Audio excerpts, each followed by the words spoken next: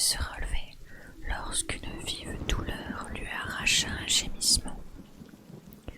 Un long morceau de bois était planté au-dessus de sa hanche.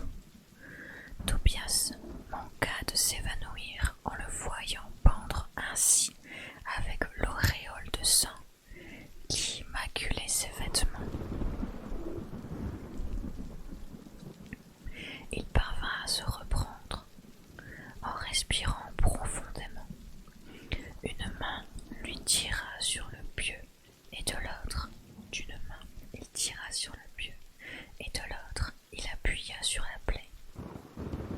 La pointe était effilée, très effilée, heureusement, et peu enfoncée. Il lui fallait néanmoins nettoyer la blessure. D'abord les copains. Tobias laissa son sac à dos sur place et fouilla les débris à la recherche de ses deux amis. Il trouva Matt inconscient dans l'herbe et Ambre un peu plus loin, tous deux couverts d'ecchymoses et de griffures. Ils reprirent leur esprit tandis qu'il leur faisait couler un peu d'eau sur le visage. Et chacun de constater les dégâts. Une sacrée veine qu'on s'en soit sorti avec 3 fois rien, s'étonna Matt. Tobias souleva son t-shirt et dévoila la vilaine plaie qui saignait beaucoup. Parlez pour vous, je crois que je vais m'évanouir. Matt examina la blessure et se rassura en constatant qu'elle n'était que superficielle. Ambre, tu peux me passer la trousse d'urgence, dit-il. Il ne faudrait pas que cela s'infecte. Il termina à peine de poser le pansement quand Ambre désigna une colonne de fumée dans le ciel.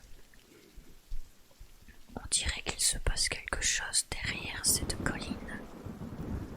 Restez là, je vais aller jeter un coup d'œil. Pendant que Matt gravissait le monticule à grande enjambée, Tobias et Ambre rassemblèrent leurs affaires. Ils virent Matt redescendre à toute vitesse. Nous avons de la visite. Une patrouille cynique. Faut vite se planquer, lança-t-il. Ils eurent le temps de courir à l'abri d'un massif de ronces et de s'enfoncer dessous en rampant.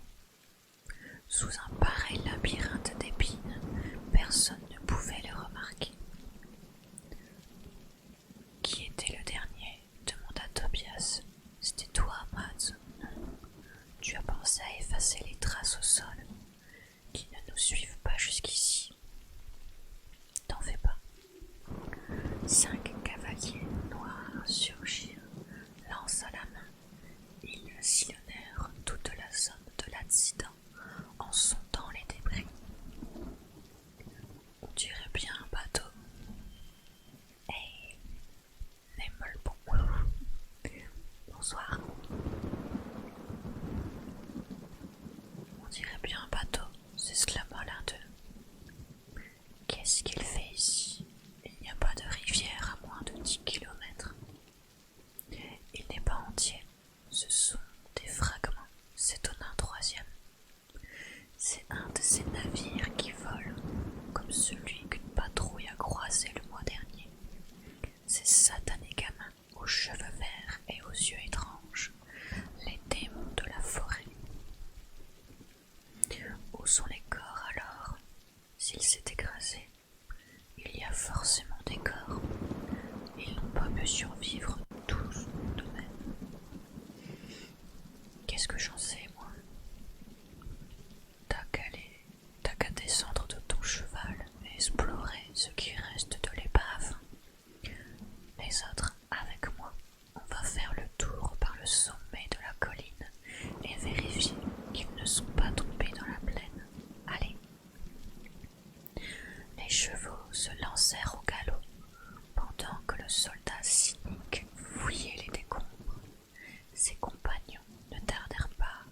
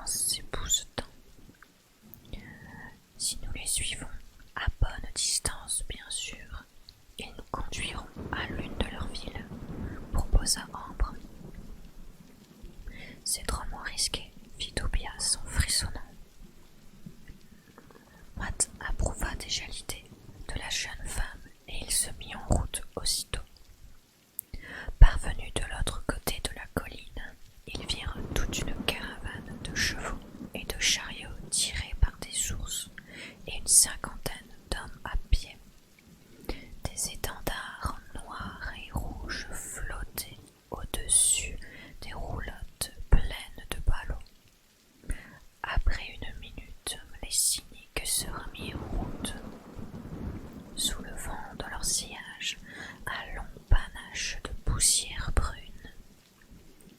L'Alliance des Trois attendit que la caravane ne soit plus qu'une ligne noire au loin, puis ils se lancèrent à sa suite, se servant de l'empreinte éphémère laissée dans le ciel comme d'un guide. Leur corps était douloureux, les maux de tête s'intensifièrent avec les heures de marche. Cependant, aucun des adolescents ne se plaignit, trop concentrés qu'ils étaient sur l'horizon. La surprise fut grande lorsqu'ils entrèrent dans un champ de coquelicots flamboyants qui courait sans fin, l'écume rouge de cette mer dansant avec le vent sous l'azur des cieux. C'était un spectacle somptueux qu'ils ne s'étaient pas attendus à voir sur des terres qu'ils imaginaient mornes et arides. À vrai dire, ils ignoraient tout de cet endroit, des mœurs de ces adultes barbares. Vivaient-ils dans des cités ou des campements? Étaient-ils seulement capables d'ingéniosité hors du domaine de la guerre? Y avait-il des femmes parmi eux, des enfants? En fin de journée, la caravane s'immobilisa et plusieurs feux apparurent pour le bivouac. L'Alliance des Trois s'installa à son tour sur le flanc d'un coteau, à l'abri d'une dépression. Ainsi protégés, ils purent eux aussi allumer un feu et cuire un peu de viande qu'ils avaient pris au nid. À la lueur des flammes, ils reprisèrent leurs vêtements déchirés par le crash. Tobias nettoya sa blessure et Matt en profita pour ôter son gilet en kevlar qui lui pesait. Au moment de se coucher, l'absence de plume se fit plus vive encore. Matt aimait s'endormir et se blottir contre sa chienne au cœur de la nuit. Il se demanda si le vide qu'elle laissait disparaîtrait un jour, s'il parviendrait à l'oublier.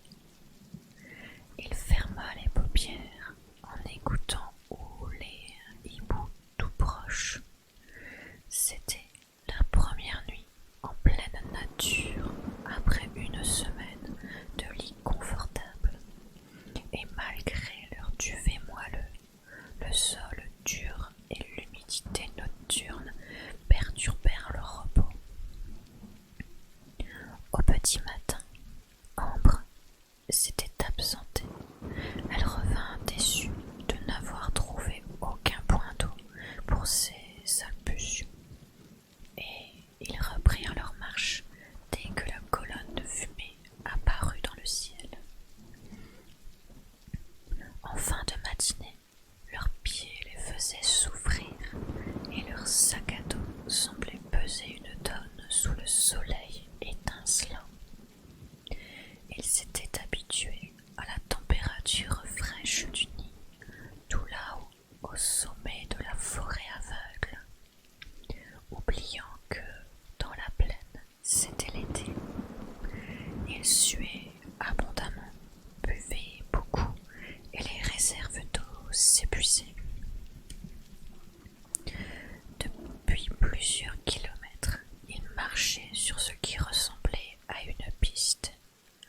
L'herbe était écrasée quand elle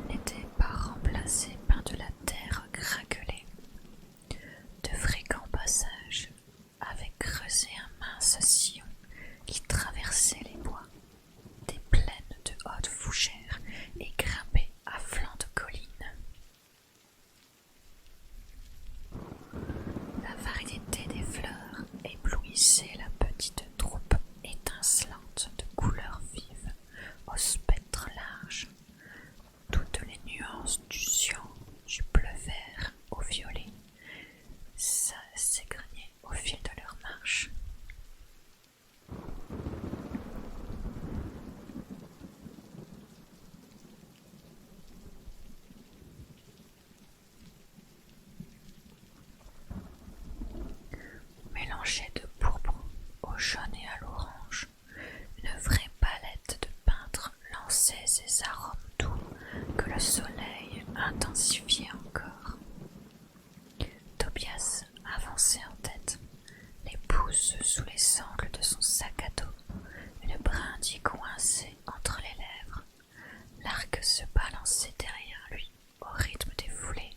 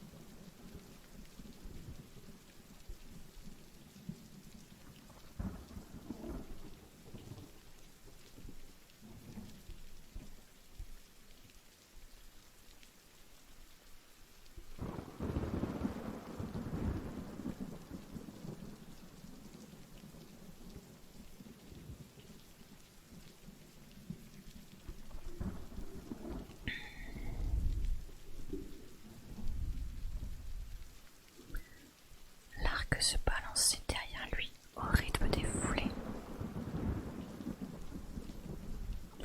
Comme le bon petit scout qu'il avait été autrefois, Matt en vivait son détachement apparent, presque de la nonchalance. C'est une façade, songea-t-il. Toby est un anxieux de nature.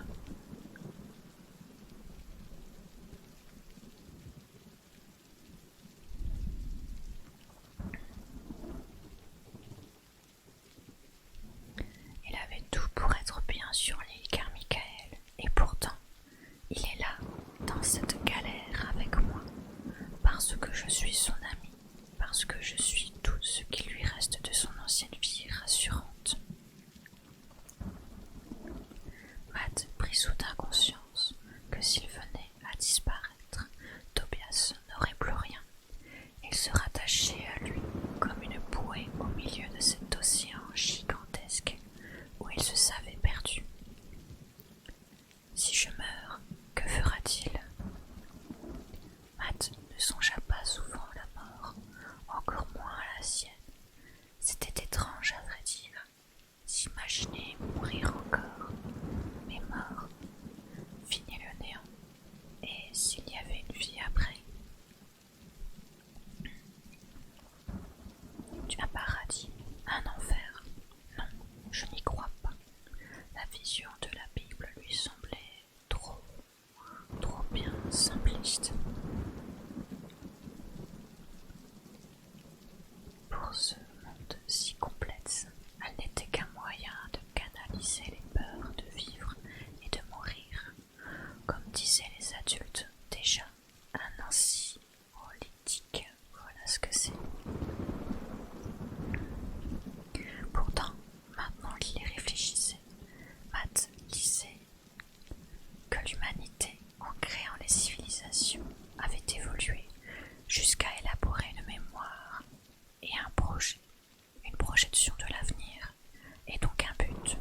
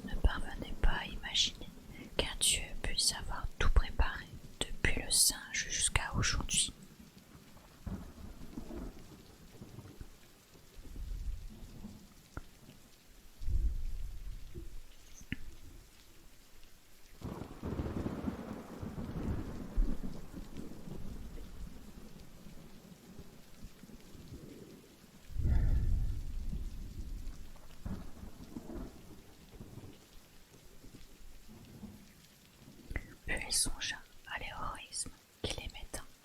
C'est exactement cela, donner un but à son existence, être prêt à tous les sacrifices pour accomplir sa quête. L'héroïsme était une autre réponse de l'homme face au vide de son existence, une autre solution alternative à la religion, bien que compatible également. Que s'était-il passé ce jour de décembre où tout avait basculé? Un Dieu était derrière tout cela. L'hypothèse de la nature toute puissante lui plaisait. Il se souvint tout à coup d'Ambre sur l'île qui lui avait demandé d'être plus respectueux des croyances de chacun. Je crois que c'est elle qui a raison. La Terre nous a donné naissance d'une certaine manière. Nous étions une sorte d'expérience, un véhicule pour propager ce qu'elle est par essence.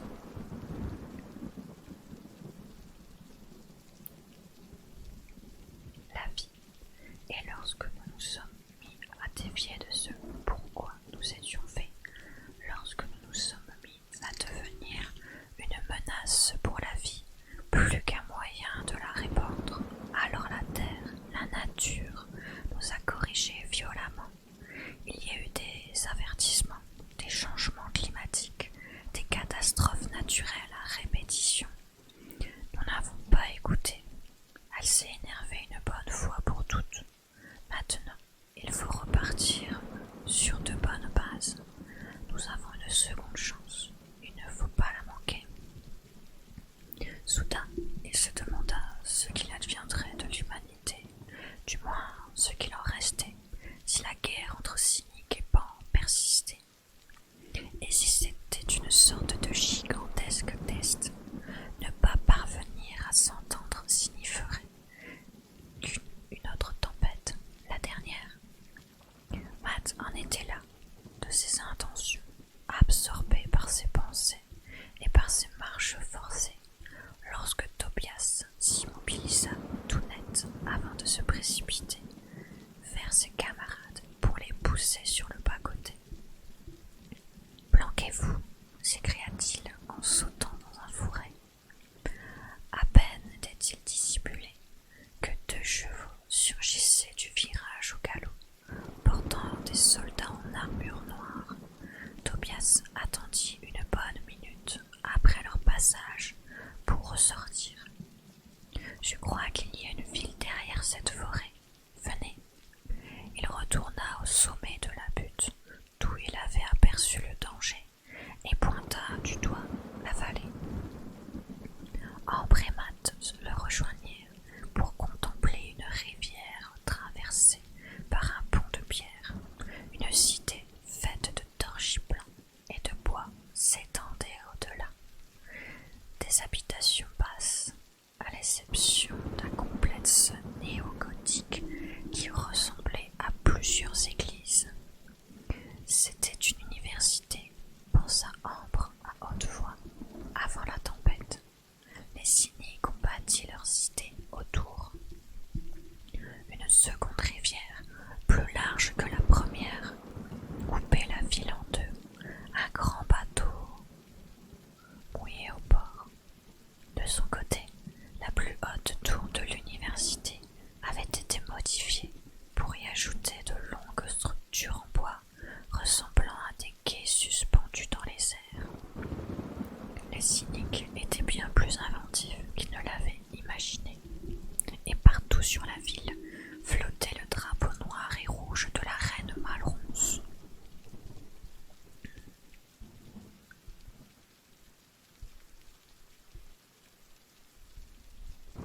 Chapitre 20. Un plan qui divise.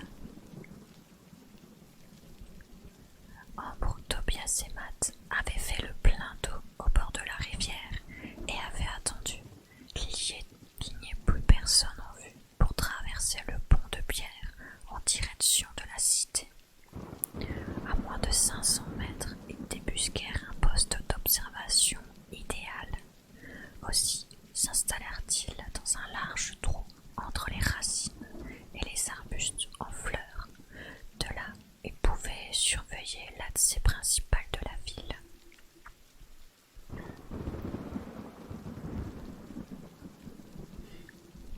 Les cyniques avaient sorti de terre cet endroit avec beaucoup de célérité et d'application.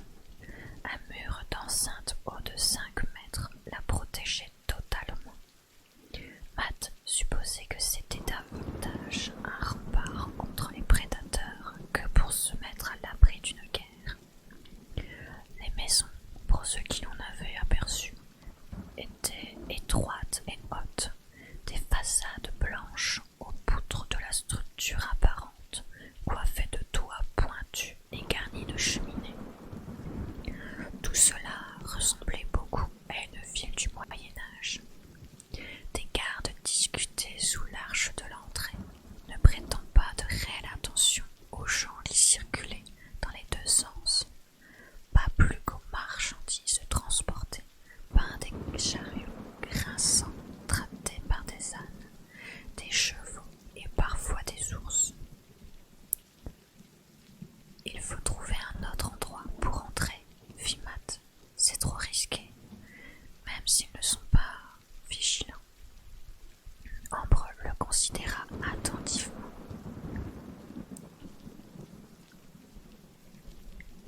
Matt, je peux te demander ce que tu espères trouver ici, demanda-t-elle. Des réponses à nos questions. Mais nous sommes des bancs. Jamais nous ne serons approchés.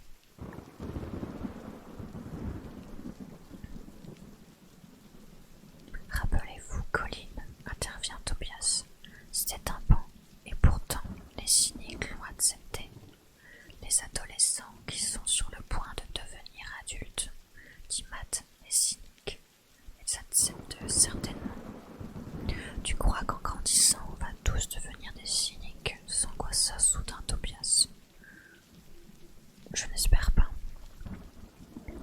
Ambre pencha pour mieux distinguer les portes de la ville. Regardez, des bancs. 5 petites silhouettes portant des seaux de bois sortaient. La démarche traînante, accompagnée par un cynique, quelque chose dans leur attitude de clocher, l'absence de vie dans leur regard, les expressions figées de leurs traits. Ils ne se comportaient pas comme des enfants prisonniers, mais plutôt comme des marionnettes dociles. Matt remarqua alors la chaînette qui reliait la ceinture des cyniques à chacun des bancs et disparaissait dans les plis de leurs chemises sales. Ils passèrent non loin de l'Alliance des Trois et allèrent remplir leurs seaux à la rivière avant de revenir sous l'œil attentif de leur geôlier. Le dernier banc n'avançait pas très vite, et cela déplut fortement au cynique qui s'approcha de lui en soupirant. « Tu vas encore geindre ?» s'énerva-t-il. « Avance, fichu gamin !» Sur quoi il lui décocha une gifle sur l'arrière du crâne, que l'enfant encaissa sans broncher. Matt se redressa, tous les muscles de son corps prêts au combat. Il allait mettre ce cynique en pièces. Tobias et Ambre l'attrapèrent pour le ramener sous la protection des feuillages.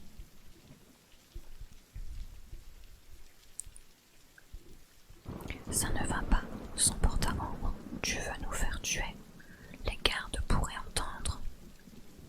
Sa colère retomba aussitôt, et il réalisa qu'il avait perdu tout contrôle.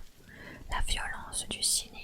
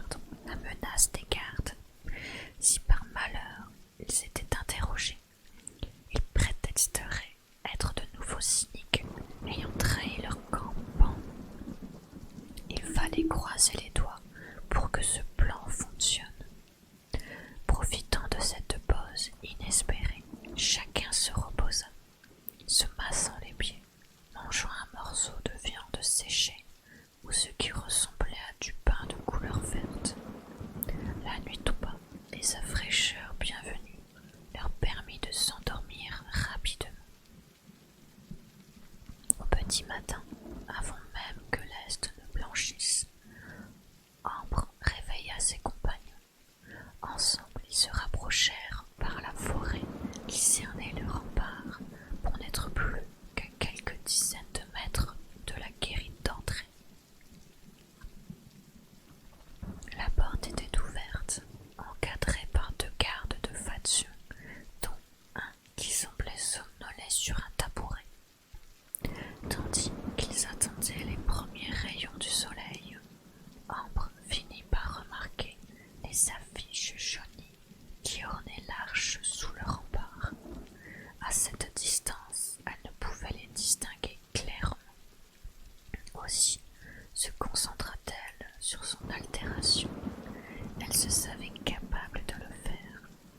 Lorsque Tobias tirait ses flèches, elle réussissait à les guider sur de bonnes distances. Sauf que, cette fois, il fallait procéder en sens inverse.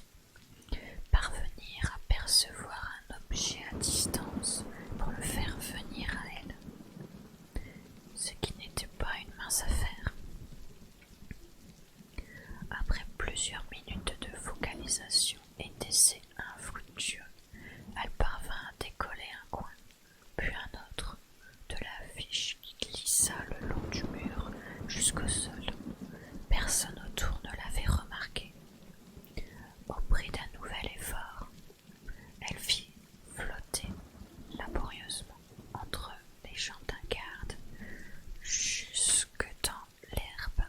Les 30 derniers mètres furent brusquement plus faciles et la fiche traversa au ras du sol jusqu'à venir se poser dans la main ouverte d'Ambre. « Pourquoi tu ne m'as pas demandé mes jumelles ?» s'exclama Tobias.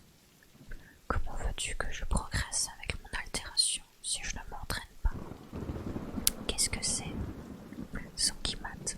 « Je l'ignore, mais il y a plein de murs. Il y en a plein les murs de l'entrée, dit-elle en déroulant le papier parcheminé.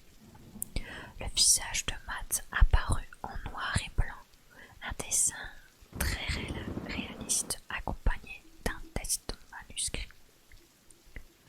Par ordre de la reine, il est déclaré que toute personne qui croisera ce garçon devra en faire rapport aussitôt aux autorités de son Altesse Sérénissime. Quiconque apportera le moyen de le localiser sera généreusement récompensé. Mince, pesta Tobias, ça se complique. Matt secoua la tête. C'est fichu, je ne peux pas entrer avec ça plein gardé en ville. On ne change rien au plan, sinon que tu nous attends là, annonça Ambre. Matt commença à faire signe qu'il n'était pas d'accord, et Ambre pointa sur lui un doigt menaçant en ajoutant d'un ton autoritaire.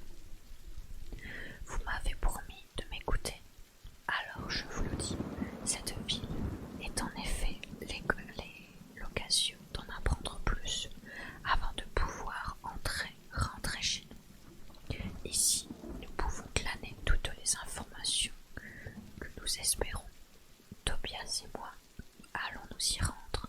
Pendant ce temps, tu vas nous attendre et nous promettre de ne rien faire d'idiot. Je ne suis pas un gamin, répliqua Matt vexé. Inutile de me dire ce que je dois faire. Tobias sentit la tension monter et préféra ne pas se mêler de la conversation qui, de toute façon, en restait là. Ils patientèrent 1 heure encore. Les lanternes furent éteintes, des lampes alimentées par de la graisse animale qui produisait une flamme d'un jaune tirant sur le rouge. Les premiers passants apparurent dans la fraîcheur de l'aube. Un homme tirant une vache fatiguée, puis 2 types poussant des brouettes en bois.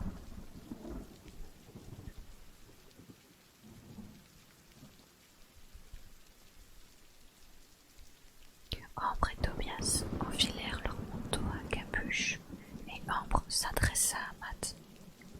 On se retrouve là où nous avons dormi. Tu tu seras plus en sécurité. Attends-nous jusqu'à ce soir. Si nous ne sommes pas revenus d'ici là, c'est que nous sommes capturés au pire. Ne tente rien pour nous. Mieux vaut 2 pertes que 3. Ne dis pas ça. Ambre le fixa un instant, sans que Matt puisse déterminer le sentiment qui anime la jeune fille. Puis elle s'élança dans la lumière blanche des premiers rayons du jour, aussitôt talonnée par Tobias, qui eut à peine le temps de saluer son ami. Matt les vit approcher, des grandes portes sous le regard méfiant d'un soldat. Ils allaient entrer lorsque celui-ci s'approcha d'eux. Son baudrier se décocha, tout seul au même moment, et s'effondra sur ses pieds, lui arrachant un cri de douleur tout autant que de colère. Le soldat s'accroupit et, du coup, les ignora pendant qu'ils franchissaient l'arche. C'est un coup d'ambre, c'est ça, j'en suis certain, se félicita Matt. Ambre et Tobias étaient dans la place.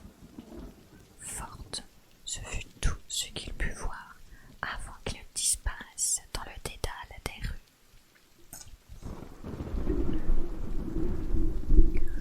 Une boutique pas comme les autres. Les rues, bien qu'étroites, étaient occupées par des étals que des marchands recouvraient de fruits, d'objets travaillés dans le cuir ou le bois et de vêtements tressés. Le marché s'installait avec le soleil qui remplaçait progressivement les lanternes à graisse. L'odeur de viande grillée se répandait dans les ruelles, puis celle plus sucrée du miel chaud. Les vendeurs constituaient encore l'essentiel de la population à cette heure matinale, et ils discutaient fort entre leurs présentoirs, riant ou râlant pour rien. Ambre et Tobias progressaient avec précaution au milieu de cette foire de bruit et d'odeur. Voir les cyniques ainsi était rassurant, sans leurs armures d'ébène et leur obsession de capturer ou tuer les pans. Pendant un moment, les 2 adolescents auraient pu croire qu'ils étaient des adultes normands, un jour de marché, et que tout allait finalement s'arranger. Puis, ils virent une femme, la première depuis la tempête, et cela leur fit un choc. Plus grand encore lorsqu'ils la virent tenir en laisse un enfant de 10 ans.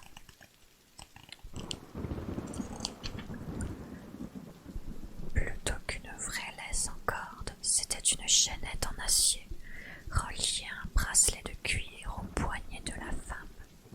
La chaîne s'enfonçait sous la blouse de l'enfant, et tandis qu'il marchait, celle-ci s'ouvrit un peu au niveau de son ventre. Les 2 pans contemplèrent l'horreur. La chaînette se terminait par un anneau noir qui mordait les chairs au niveau du nombril tout gonflé. Était-ce ce qui le rendait si amorphe? La femme faisait ses courses et tout ce qu'elle achetait, elle le donnait à porter à l'enfant qui tendait les bras sans réaction.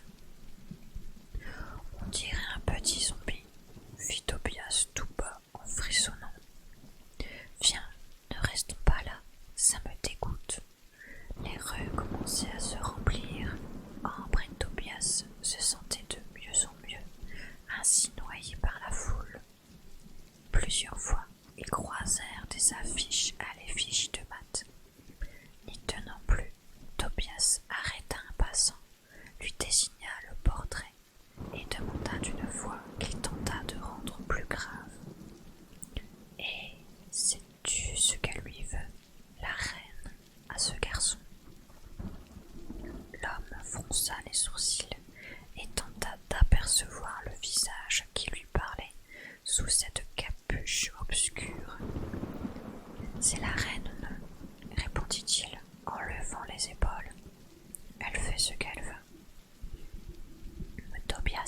lança un grognement qui se voulait une approbation, et ils s'éloignèrent, bien trop tremblants pour insister. Nous allons finir par nous faire repérer, murmura Tobias. Pas si nous tenons au plan. Tiens, toi, droit, et masque la peur dans ta voix. Il faut trouver une auberge ou un établissement de ce genre pour écouter les conversations. Et comment on paiera? Tu as vu, ils s'échangeaient des petites pièces. Ils ont déjà mis au point toute une économie avec de l'argent. Mais ça te surprend venant des adultes. Pour l'auberge, suffira de ne pas consommer. Allez, viens. Ils marchaient en direction de l'université depuis 5 minutes à peine, quand Tobias trouva encore à se plaindre. N'empêche, on aurait dû laisser nos sacs à maths. On n'est pas discret. Et puis mon arc, ça fait une arme. Je sens que ça ne va pas leur plaire. Tais-toi un peu, tu veux, et n'oublie pas que nous sommes des voyageurs. Notre équipement contribue au rôle.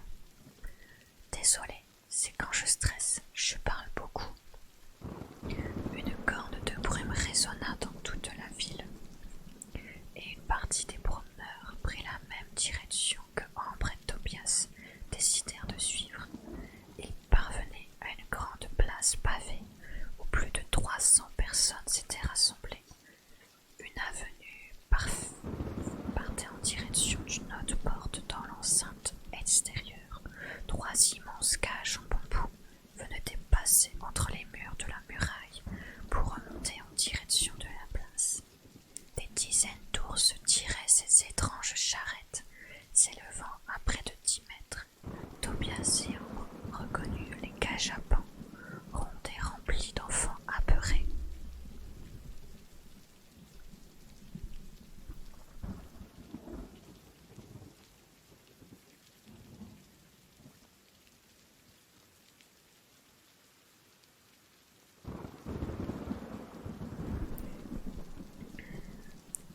Les sous-escargots, s'enthousiasma la foule. Les sous-escargots. Une 50aine de soldats en armure noire les encadraient. Le convoi s'immobilisa au milieu de la foule, et les cages furent ouvertes par des militaires qui forcèrent les enfants à entrer dans un grand bâtiment sans fenêtre. Sa façade s'ornait des mêmes drapeaux rouges et noirs que partout en ville, avec en plus une pomme argentée au centre.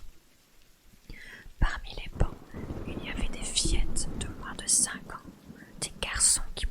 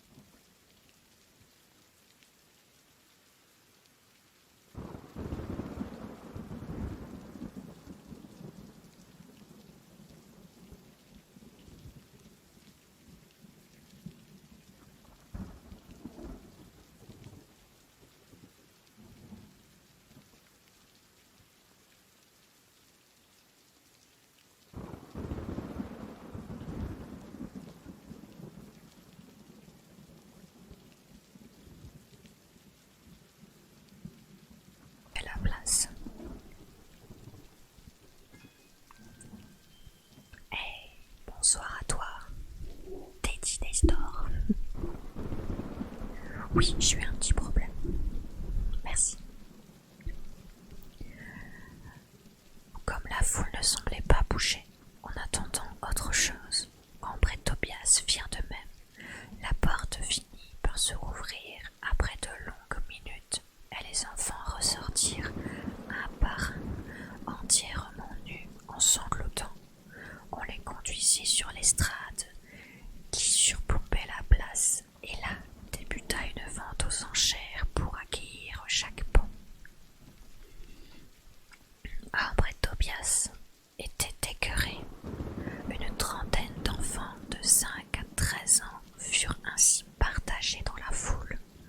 On les présentait comme du bétail, vantant leur jeune âge qui garantissait des années de bons services, leur force, leur gabarit frêle pour des travaux particuliers, jusqu'à ce que les derniers soient attribués. Le pire restait à venir. Une fois payé, chaque esclave était amené de force vers une roulotte, d'où s'échappait une fumée grise et une odeur de soufre. Là, deux hommes musclés et gras le tenaient fermement, pendant qu'un troisième, autant pourri, venait enfoncer une longue pince brûlante dans le nombril de l'enfant. Je vais essayer, oui, mais pas tout ce soir. Les pinces se refermaient d'un coup et plantaient un petit anneau noir dans les chairs sous les cris de souffrance de la pauvre victime. Curieusement, les râles s'interrompaient dans la minute avec la pose de l'anneau. La vie semblait quitter le petit visage déformé par la peur et la douleur, et les larmes cessaient.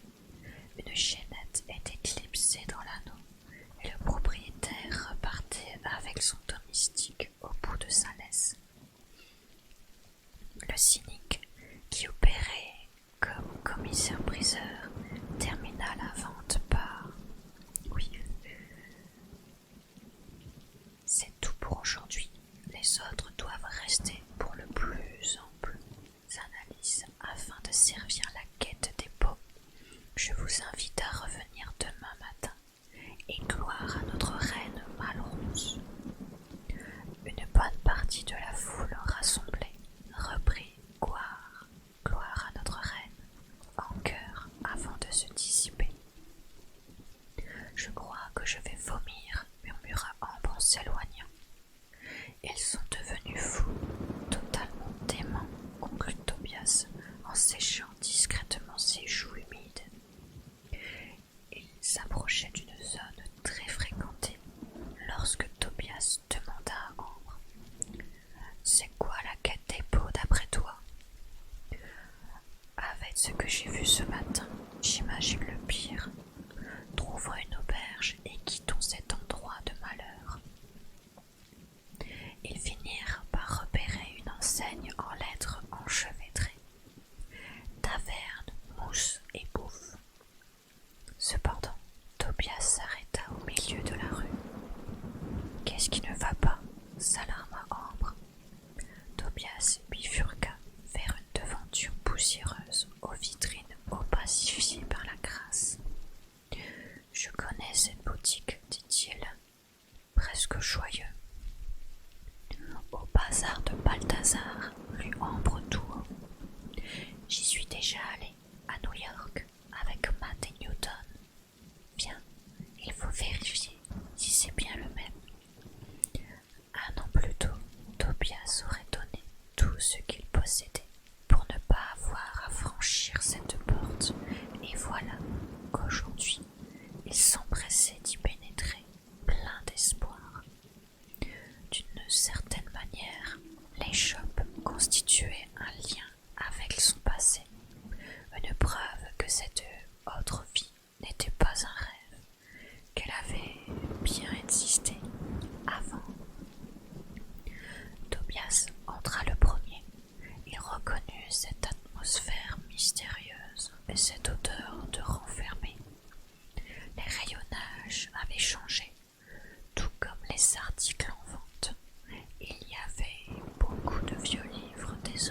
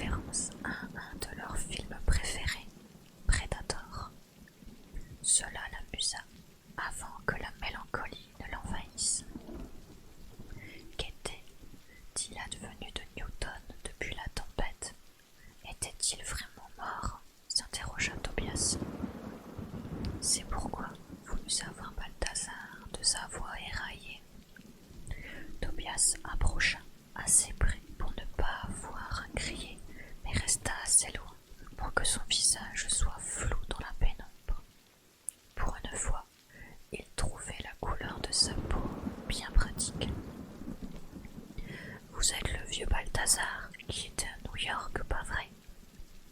New York, qu'est-ce que c'est? Fit le vieux bonhomme. Tobias et Ambre échangèrent un bref regard. Les cyniques avaient-ils perdu la mémoire de leur ancienne vie? Avant d'avoir votre boutique ici, où étiez-vous? Insista Tobias.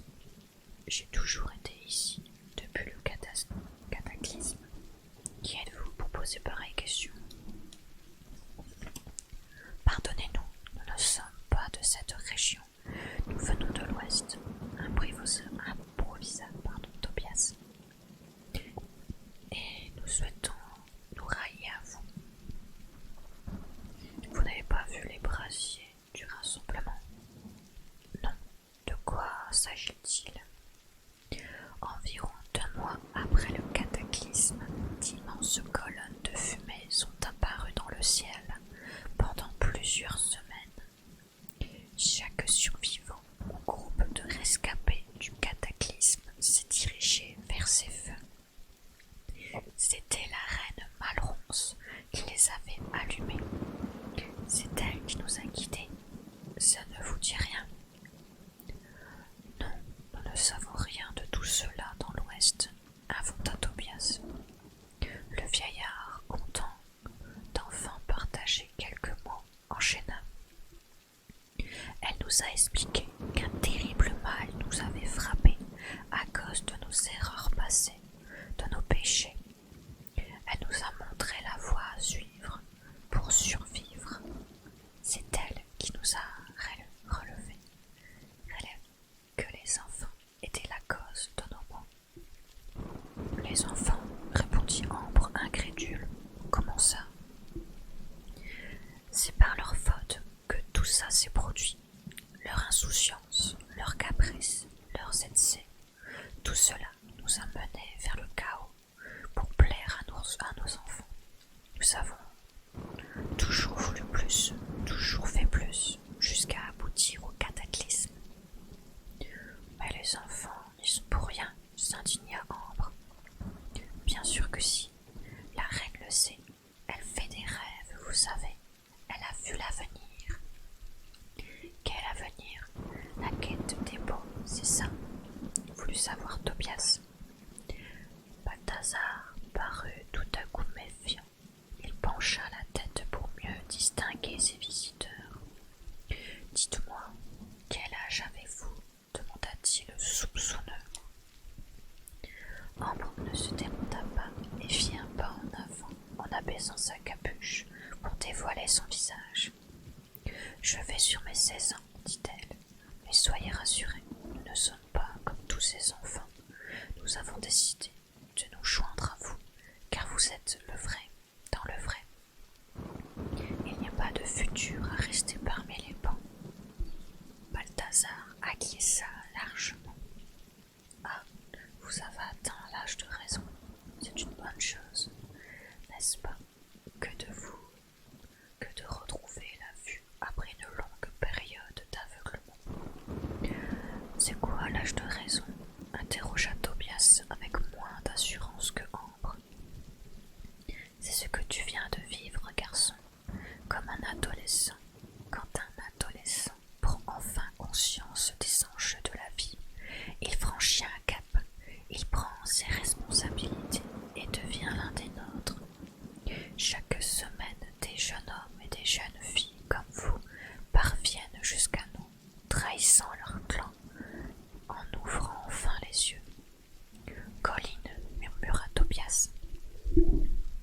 Balthazar semblait capable de prouesses extraordinaires, car il releva malgré la distance. Colline, oui, je connais un jeune garçon de ce nom qui a récemment quitté son clan. Ambre et Tobias se jetèrent à nouveau coup d'œil furtif. Un châtain aux cheveux longs, avec plein de boutons, fit Tobias. Je crois que cette courte description lui correspond bien. Ah oui, et vous savez, on peut le trouver, questionna Ambre. Pour être accepté parmi nous, vous devez prouver votre utilité. Lui a promis qu'il livrerait tout, un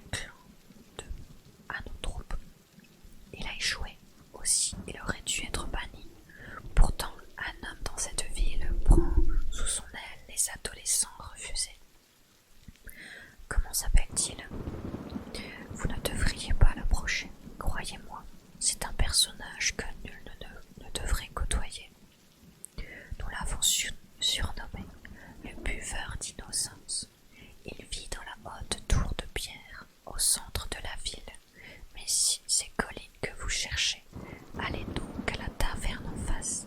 Il s'y trouve presque tous les jours, quand le buveur n'est pas en ville. Tobias s'approcha à son tour. Vous n'avez vraiment aucun souvenir de votre passé? Balthazar se frotta les mains sous le menton, intrigué par ce curieux promeneur.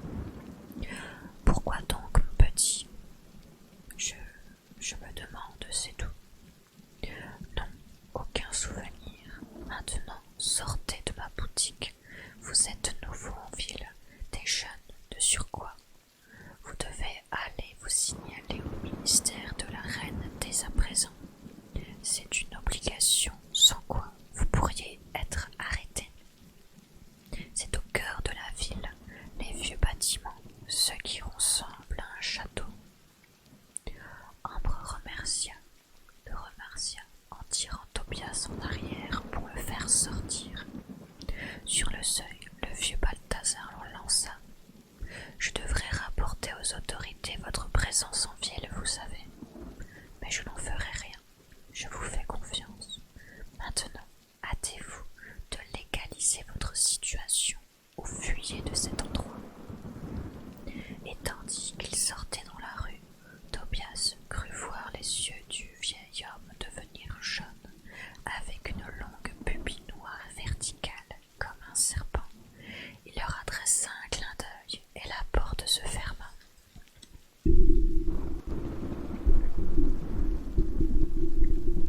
Une vieille connaissance, chapitre 22. Ambre était assise sur un banc en pierre, l'air dévasté. C'est inéluctable, dit-elle d'un ton triste. En grandissant, nous allons tous changer jusqu'à rejoindre les camps des cyniques. Tobias se laissa choir à côté d'elle et se permit de la prendre par les épaules. C'est pas sûr, regarde-nous, malgré tout ce que nous traversons. Nous ne nous sentons pas du tout proches d'eux, et pourtant, je pense pouvoir affirmer que côté maturité, nous ne sommes pas les derniers. Si tu veux mon avis, ça va plus loin que la maturité, c'est aussi physique. Comment ça?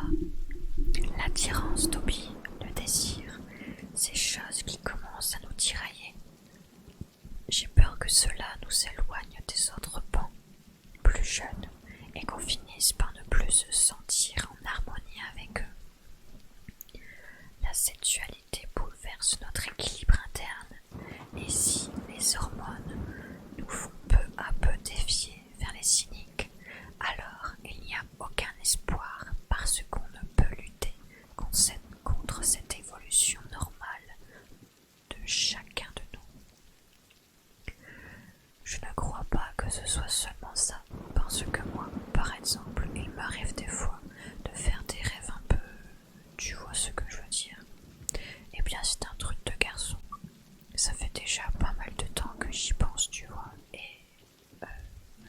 Enfin, je n'ai pas l'impression que ça me fait virer du mauvais côté, tu comprends?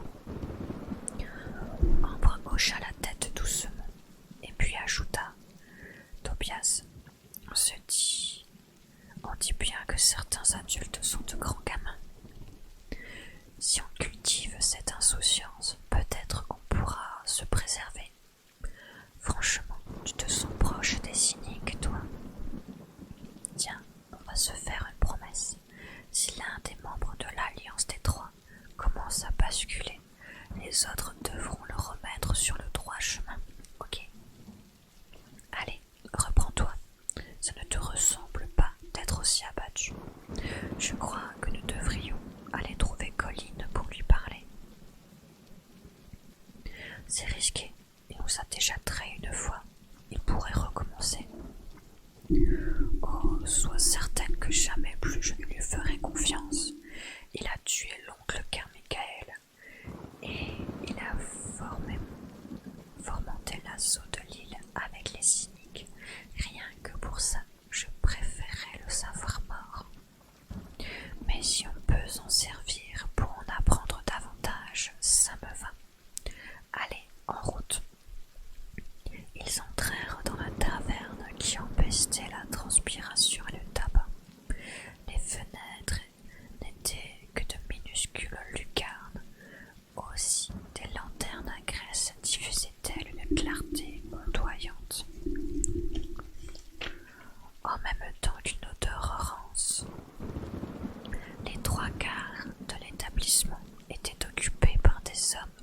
installés aux tables ou jouant aux cartes en parlant bruyamment. Tobias n'eut aucun mal à repérer Colin, assis tout seul face à un pichet en terre cuite. Son regard se perdait dans le vin, comme si ses prunelles ne faisaient plus qu'un avec l'ivresse pourpre. Il avait toujours ses longs cheveux châtains, son acné dévorante et ses dents jaunes. Surprise, fit Tobias en s'asseyant en face de lui. Colin se redressa mollement, puis, lorsque sa mémoire se réactiva, il voulut se relever pour fuir, mais Ambre, qui se tenait dans son dos, le plaqua à sa chaise en le tenant par les épaules. « Doudou, dit-elle, nous ne sommes plus là en ennemi, c'est toi qui avais raison. » « Oui, nous te devons des excuses, enchaîna Tobias. Ces idiots de Pan ne méritent pas qu'on se batte pour eux. L'avenir est ici, avec les adultes. » Colin fut soulagé et lâcha un long soupir ponctué d'arros sonores. « Vous m'avez fichu une de ces trouilles, avoua-t-il en se resservant du vin. « J'avoue avoir cru à un fantôme en entrant ici, gloussa Ambre, nous qui pensions que tu t'étais noyé. Oh, j'ai bien failli. Les soldats ou ceux qui en restaient se faisaient bouffer par tous les poissons du fleuve. C'était un enfer. J'ai tellement bu de flotte cette nuit-là que jamais plus je ne pourrai en avaler, lança-t-il en levant son verre pour le vider d'une traite. L'image des soldats blessés se faisant happer par les créatures des profondeurs arracha un frisson de dégoût à Tobias. Cette violence le rendait malade encore aujourd'hui. « Comment t'es-tu retrouvé ici ?» demanda Ambre. « À Babylone. Oh, plus par chance à vrai dire. J'ai erré dans une forêt pendant une semaine. J'ai failli me faire dévorer vif par des gloutons. Et finalement, j'ai marché jusqu'à la fumée d'un campement cynique qui patrouillait dans le secteur. Ce sont eux qui m'ont ramené ici. Et tu as été accepté. » Colin plongea à nouveau dans son verre. « Pas vraiment. »« Alors, comment as-tu fait pour rester ?»« J'ai un protecteur. » Nouvelle rasade. L'expression qu'il affichait fit soudain de la peine à Tobias. Il semblait hanté par quelque chose. Quel que fût son protecteur, sa simple évocation le faisait boire plus que de raison. « Ce n'est pas dans notre cas, m'exposa Ambre. Alors, nous sommes un peu paumés dans cette ville. Peut-être pourrais-tu nous aider ?»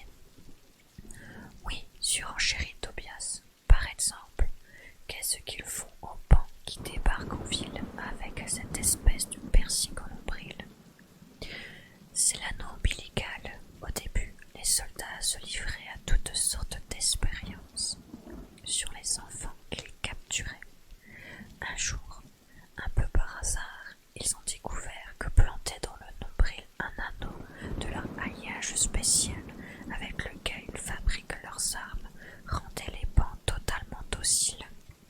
Maintenant, tous les esclaves en ont un. « Toi, tu n'en as pas ?» interrogea Tobias. « Je ne suis pas un esclave, » s'écria Colin en postillonnant. « Je suis venu de ma propre initiative.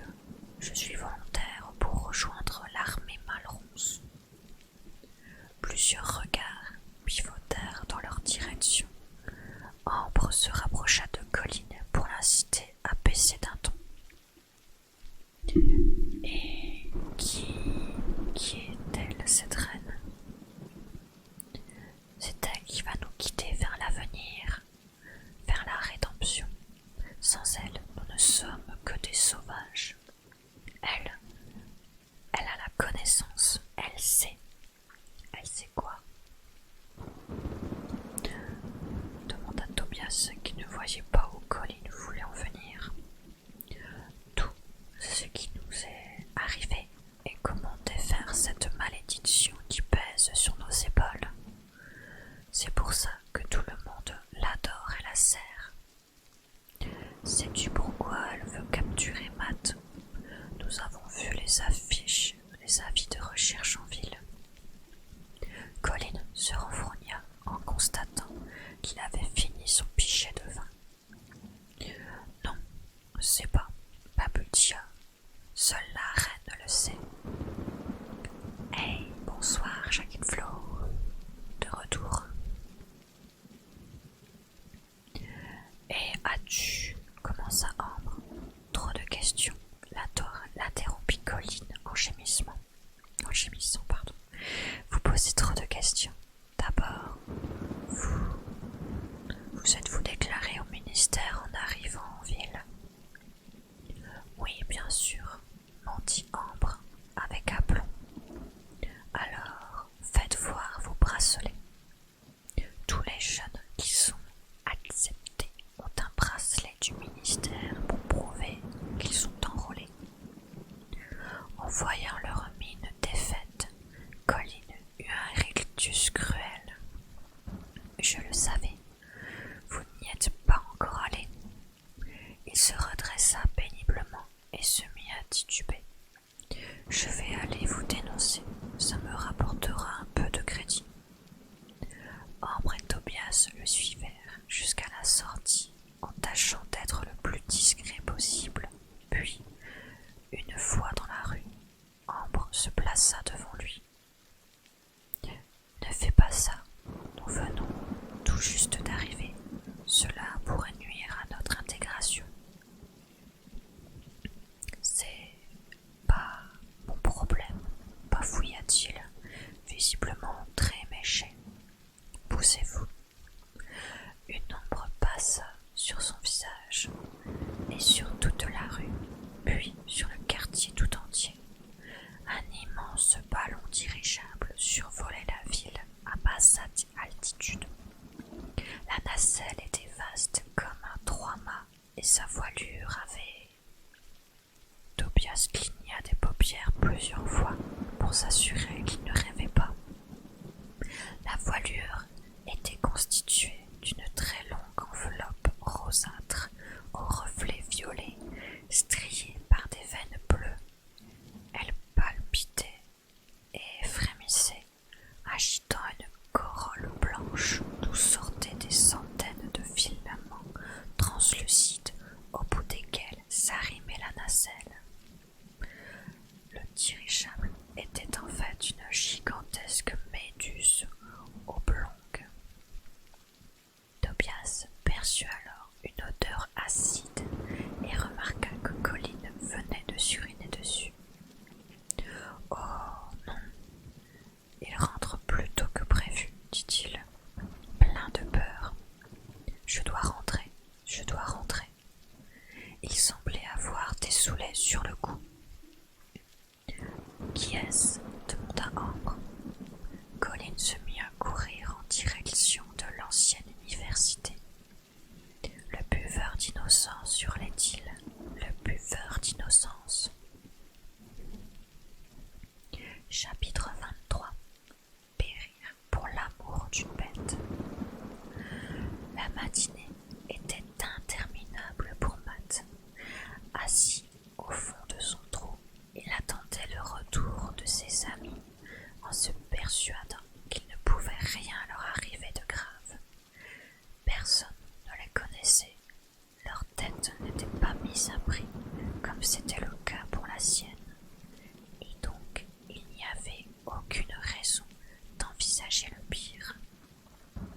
Si vraiment quelques cyniques tiquaient sur leur jeune âge, ils pourraient se faire passer pour des traîtres pans venus grossir les rangs de l'armée de Malronce.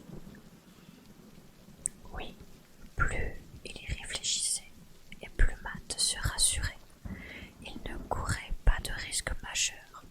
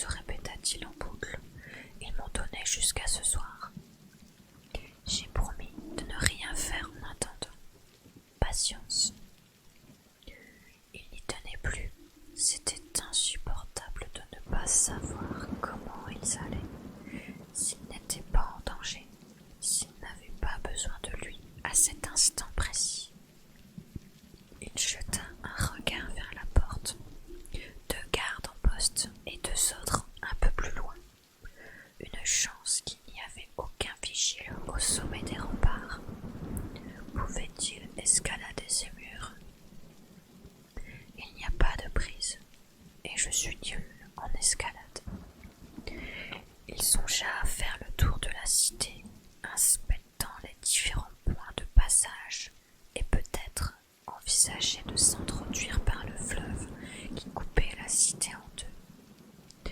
Tout cela était idiot.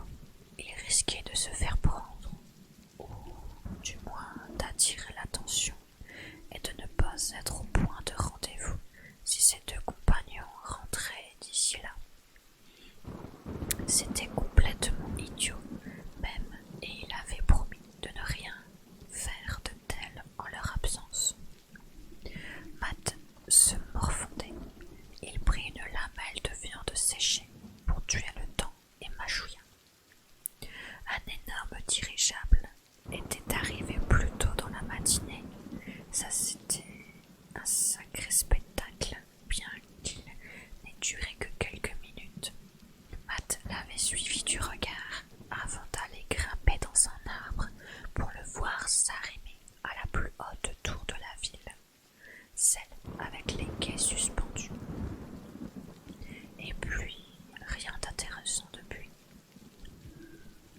Tout en terminant sa viande, il pensa au rêve qu'il ne faisait plus, ou plutôt au cauchemar. Le rhododendron, la forêt aveugle, avait certainement mis un sacré coup d'arrêt à sa traque. Matt s'interrogea sur sa mortalité. Le rhododendron pouvait-il avoir été tué par l'une des nombreuses créatures de la forêt? En tout cas, si c'était possible, alors il fallait croiser les doigts pour que ce soit arrivé. Ses pensées voguèrent vers l'île Carmichael qu'ils avaient quittée depuis un mois déjà. Cela lui semblait peu, et en même temps, il avait vécu tant de choses depuis. Que devenaient les frères Doug et Reggie?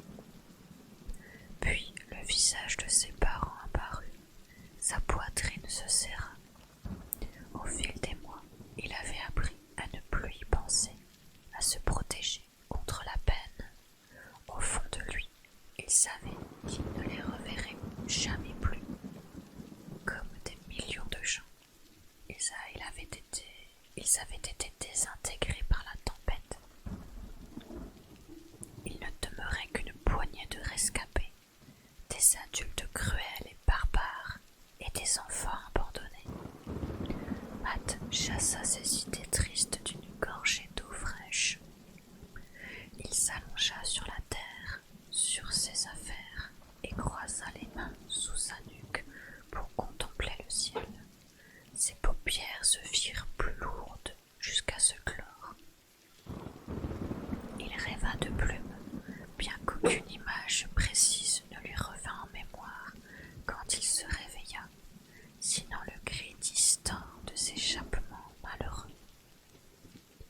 Matt se dégourdit les jambes en faisant quelques pas, et soudain tout son corps se raidit. Il entendit bien l'échappement de chiens loin. Ce n'était pas un rêve. Matt alla s'allonger au sommet du trou et scruta l'horizon. Une caravane approchait, bien plus modeste que celle qu'ils avaient suivie. Seulement 2 chariots et une dizaine de gardes en tout. Les charrettes transportaient des cages remplies d'animaux. L'échappement du chien provenait de l'une d'elles. Le convoi passa sous les yeux de Matt, et il fallut qu'il enfonce ses doigts dans la terre pour se retenir de foncer lorsqu'il aperçut une très grande cage avec un chien gigantesque à l'intérieur. Plume. Comment était-ce possible, dans un monde aussi vaste, qu'elle se retrouve juste ici, sous ses yeux? C'était inouï. Si c'est possible, tenta de se convaincre Matt. Elle a continué à traverser seule dans la même direction jusqu'au sud. Peut-être a-t-elle flairé ma trace jusque-là, ou bien une patrouille cynique l'a faite prisonnière pour la ramener ici, leur cité la plus au nord. La chienne pleurait. C'est elle, aucun doute. C'est bien elle. Elle a survécu à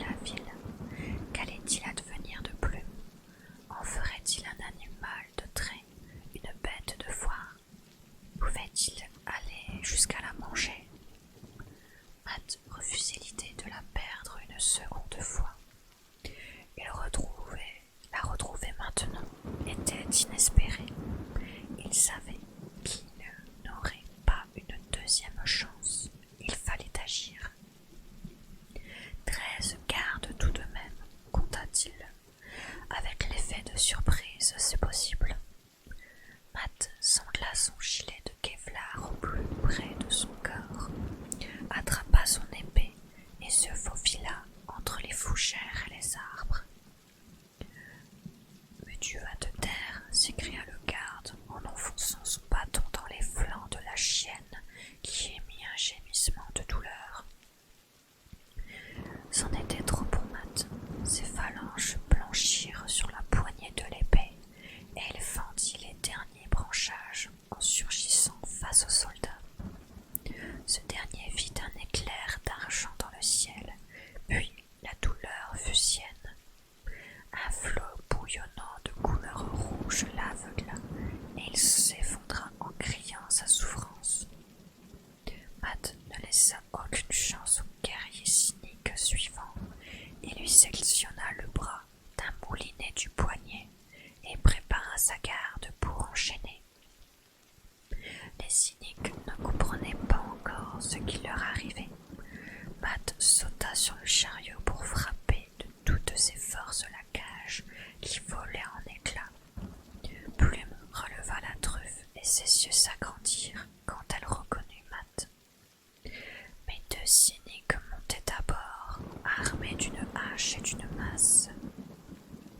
Matt fit volte-face en brandissant sa lame que les deux hommes voulurent parer de leurs armes lourdes. Jamais ils n'auraient pu deviner qu'un adolescent puisse développer une force pareille.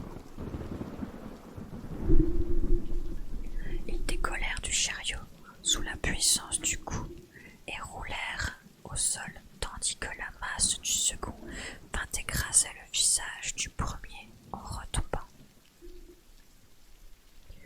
Matt avait déjà bondi sur la terre ferme pour affronter un nouveau soldat qui terrassa en deux coups d'épée.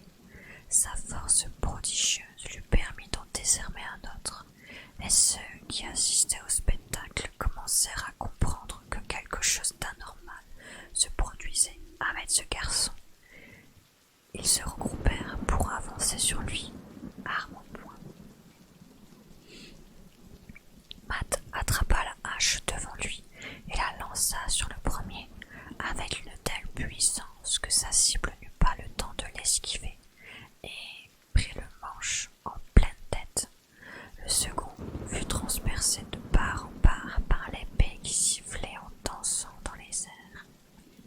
Le troisième eut la mâchoire déboîtée par un coup de poing phénoménal. Les deux autres reculèrent en brandissant leur épée comme des boucliers. Matt était aveuglé par la colère. Chaque fois qu'il se battait face à des cyniques, il éprouvait la même rage. Il le contraignait à cette violence en refusant d'être pacifique et en se dressant contre les bancs. Ils avaient choisi d'être des ennemis plutôt que des alliés. Chaque fois que l'acier qui plongeait son bras pénétrait des tissus humains, il savait que le souvenir de ce geste hanterait ses nuits à venir, que tout le sang répandu viendrait se déverser sur sa conscience, et cela le rendait ivre de rage. Il ne pouvait se montrer hésitant, frapper doucement. Il l'avait appris à ses dépens. L'affrontement ne pouvait qu'être entier. Il fallait s'engager totalement pour triompher. Sans demi-mesure et reprendre le sang, répandre le sang. Il l'obligeait à cela parce qu'il n'existait aucune autre solution alternative.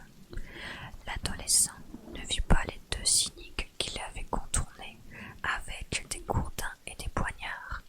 Leurs armes se levèrent et soudain un rugissement féroce couvrit les gémissements des bêtes, des blessés, tandis que Plume bondissait sur le dos des assaillants.